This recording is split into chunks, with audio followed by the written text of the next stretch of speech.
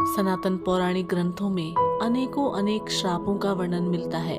हर श्राप के पीछे कोई ना कोई कहानी जरूर मिलती है। आज हम आपको हिंदू धर्म ग्रंथों में उल्लेखित 24 ऐसे ही प्रसिद्ध श्राप और उनके पीछे की कथा के बारे में बताएंगे। तो चलिए शुरू करते हैं। इस सीरीज में सबसे पहले है ऋषि किदंब का राजा पांडु को शाप। महाभारत के अनुसार एक बार राजा पांडु शिकार खेलने वन में गए। उन्होंने वहां हिरन के जोड़े को मैथुन करते देखा और उन पर बाण चला दिया। वास्तव में वो हिरन व हिरणी ऋषि कदंब और उनकी पत्नी थी। तब ऋषि किदंब ने राजा पांडु को शाप दिया कि जब भी आप किसी स्त्री से मिलन करेंगे उसी समय आपकी मृत्यु हो जाएगी।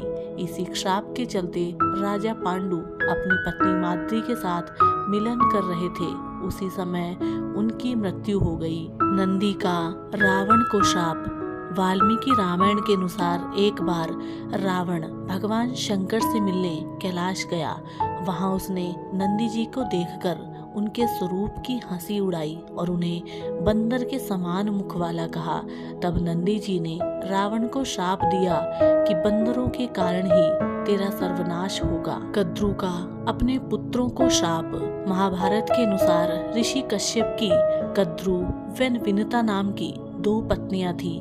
कद्रु सर्पों की माता थी व विनता गरुड़ की। एक बार कद्रु व विनता ने एक सफेद रंग का घोड़ा देखा और शर्त लगाई। विनता ने कहा कि ये घोड़ा पूरी तरह सफेद है। तो कद्रु ने कहा कि घोड़ा सफेद तो है लेकिन इसकी पूंछ काली है। कद्रु ने अपनी बात को सही साबित करने के लिए अपने सर्प पुत्रों से कहा कि तुम सभी सूक्ष्म रूप में जाकर घोड़े की पूंछ से चिपक जाओ जिससे उसकी पूंछ काली दिखाई दे और मैं शर्त जीत जाऊं। कुछ सर्पों ने कद्रु की बात नहीं मानी। तब कद्रु ने अपने उन पुत्रों को शाप दिया कि तुम सभी जन्मे जय के सर्प यज्ञ में भस्म हो जाओगे। युधिष्ठिर का स्त्री जाति को शाप। महाभारत के शांति पर्व के अनुसार युद्ध समाप्त होने के बाद जब कुंती ने युधिष्ठिर को बताया कि कर्ण तुम्हारा बड़ा भाई था तो पांडवों को बहुत दुख हुआ।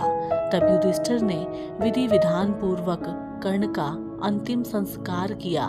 माता कुंती ने जब पांडवों को कर्ण के जन्म का रहस्य बताया तो शोक में आकर युधिष्ठिर ने संपूर्ण स्त्री जाति को शाप दिया कि आज से कोई भी स्त्री गुप्त बात छिपाकर नहीं रख सकेगी। मार्कंडेय ऋषि का यमराज को शाप। महाभारत के अनुसार मार्कंडेय नाम के एक ऋषि थे। राजा ने भूलवश उन्हें चोरी का दोषी मानकर सूली पर चढ़ाने की सजा दी। सूली पर कुछ दिनों तक चढ़े रहने के बाद भी जब उनके प्राण नहीं निकले तो राजा को अपनी गलती का एहसास हुआ और उन्होंने ऋषि मार्कंडेय से क्षमा मांगकर उन्हें छोड़ दिया। तब ऋषि यमराज के पास पहुंचे और उनसे पूछा कि मैंने अपने जीवन में ऐसा कौन सा अपराध किया है कि मुझे इस प्रकार झूठे आरोप की सजा मिली।